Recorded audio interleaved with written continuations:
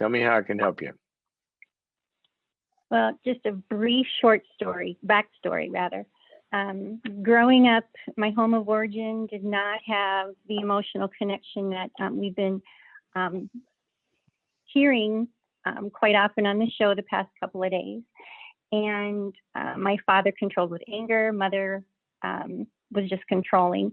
And I married and I raised my children with a lot of anger and control. And I guess seeing that now, after 32 years of marriage, my oldest child being 30, my youngest being 26, I realized that I had a lot of law with no grace. And so I'm moving forward, and several months, almost last year, I told my daughter that whatever she needed to write to me, whatever I needed to hear, I wanted to be part of her healing. And a year later, I got the text, and it was painful, but it didn't matter to me because the relationship mattered more than my pride. Do you have a relationship with her? Are y'all estranged, or you have a? When you sent this, you have a relationship? Well, we have what we have open communication right now because of that text, because I've apologized, I asked for forgiveness, and she's forgiven me. But it's how do I move forward practically with emotional connection, because I never had it and she never got it from me. Oh. So we're both. So she forgave you? She did. Wow. Yeah. And what a cool thing you did. I mean, to realize, to look back and say, gosh, I could have been different or better, or she needed something different and better, or I couldn't be because I was like I was, or whatever it was. This was hurtful to her. And you told her you're sorry and you would like to hear it. Yes. What an awesome.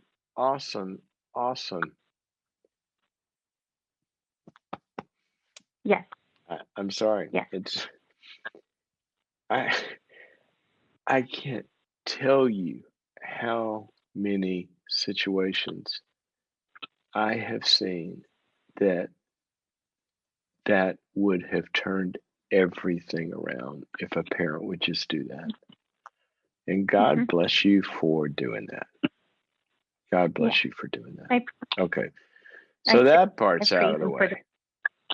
Yeah, that part's out of the way. All right. So now where do we go? So what is your question now? You two of you you're looking at another, let's call it 70 years or so of getting to be pals as adults. What do you want to do? What's the question? Not having that emotional connection growing up, and not having it to apply as a mother to her or my two sons. I guess I feel ill-equipped because I don't know what that looks like. What is that emotional connection? I don't know what it is.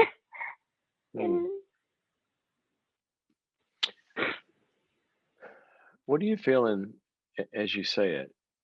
You get sad. What do you feel? What I feel a loss.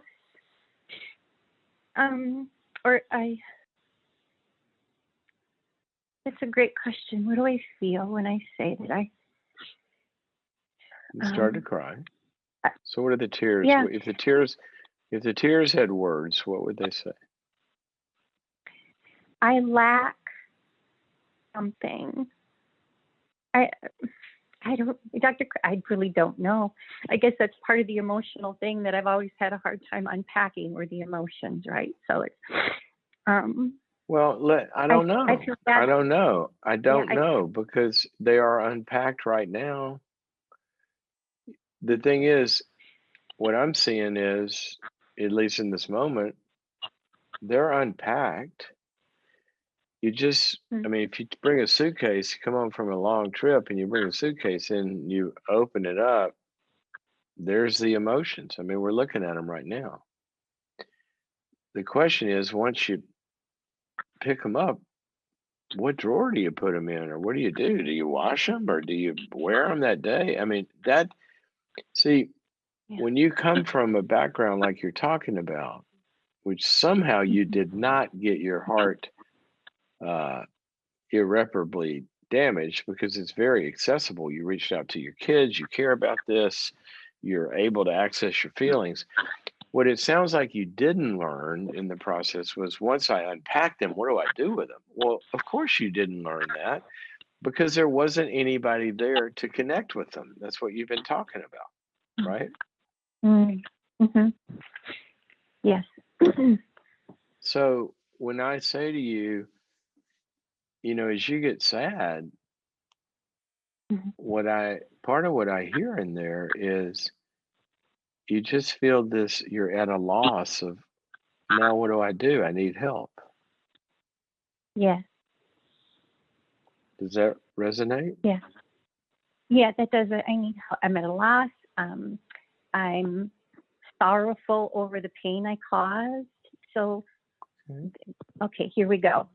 So the guilt factor, the shame factor, but I beat myself up enough.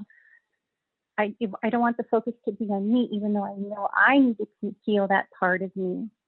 In addition, I want to be a participant in helping my children heal.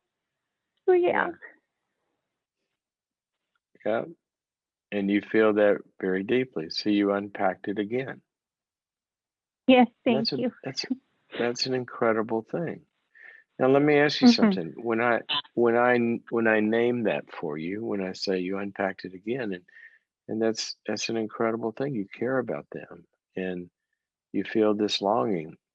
Then what do you start to feel inside when I say that? Hopeful. Hopeful. Bingo. Bingo. Yeah. Now, this is I want you to take this little scene out of this little movie here, right? Here's what happened. You did what is the most normal thing for a human to do, and that's you responded to some reality with some sort of feeling, and you felt it. And at that point, you didn't know what to do with it. Why? Because you've never been taught how to unpack a suitcase. When our girls were little and we go on a trip, we come back and Tori would usually, or sometimes I would, but this is what you do. You unpack it and you engage and you unpack it. Well, kids need to grow up in a place where when they're unpack their feelings like you did, somebody is on the other side of that, like I was here for a second with you, and naming that and helping them understand it and how do you feel and what are we going to do with that and then what do? They start to feel hope. They start to feel better. That's what you've been asking the question about. That's connection. Connection is when we have a feeling, someone understands it, and now we are in it together. You got your part, the other person has their part, but you're connected. Okay. And then all sorts of good things begin to happen from there. So I say all that to say this. I want you to go somewhere and let me see. Where do you live? Where do you live? Texas. Okay. You don't have to be more specific than that if you don't want to, but I know a lot of towns in Texas, and they have things like Celebrate Recovery. They have groups that churches have. There's community centers that have support groups. There's Al Anon. There's all sorts of places where, or a good therapist, that would be my number one choice as well, where you can go have 1,000 different moments like we just had, where you can unpack all of the stuff that you feel and somebody be there and hear it and listen to it and connect with it. And that's how you're going to learn what connection is. And then you can read a bunch of stuff. Go to boundaries.me. I got a bunch of stuff on there. But you need experience to learn how to connect. Like my dog, she's wanting to connect with somebody. You need some experiences and some healing experiences, just like your kids will need. Okay. And that's what I want you to go do. Okay. You just experience connection. I want you to experience it 1,000 different times when you unpack your story and your needs and have somebody be there with you. That's beautiful. So that's my suggestion. Thank you. Okay. Well, you remember, was it I think it was Robert De Niro, some movie where he's he's talking to the shrink and he go, no, you, does it, and I'm gonna tell you, you are the beautiful one here because of, a mom that did what you did and also that cares like you do. This is a really cool thing. I hope a lot of people learn from you as you've shared your story. Thanks for your call. Oh gosh, a lot of people are only one step away from a deeply reconciled relationship, and that step is to just own something and say, "I'm sorry." I'm sure you feel it anyway, somewhere down there. And then sometimes it doesn't get the result that you want. We just had, think about this. We just had two different calls with virtually the same dynamic. You've got a parent of adult children, and both parents feel crummy about what went on. Both parents want to say, I'm sorry for that. Both parents do that. One parent has the kid respond and say, it's okay, I forgive you, and let's move on. The other parent, their kid doesn't want to talk to them. Do we live in a difficult world or what? Think of the three ingredients there. You got all the pain that everybody went through to begin with. You got all the pain that what you went through that causes you to not be able to sometimes be like you want to be in the next scenario in your life, like when you're parenting. You got all of that.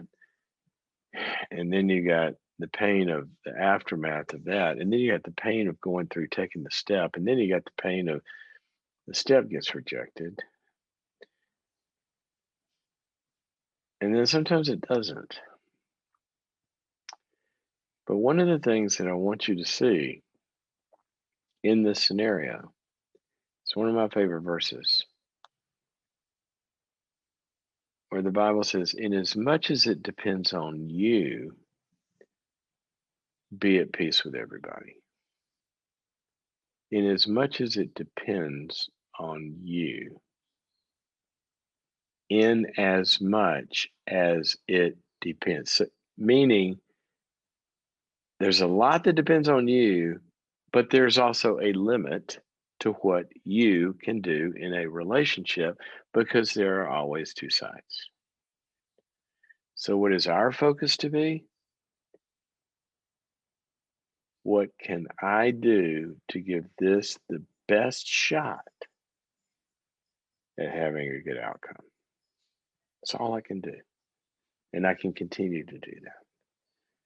You can't control the other person's response, but we can always do what we can do.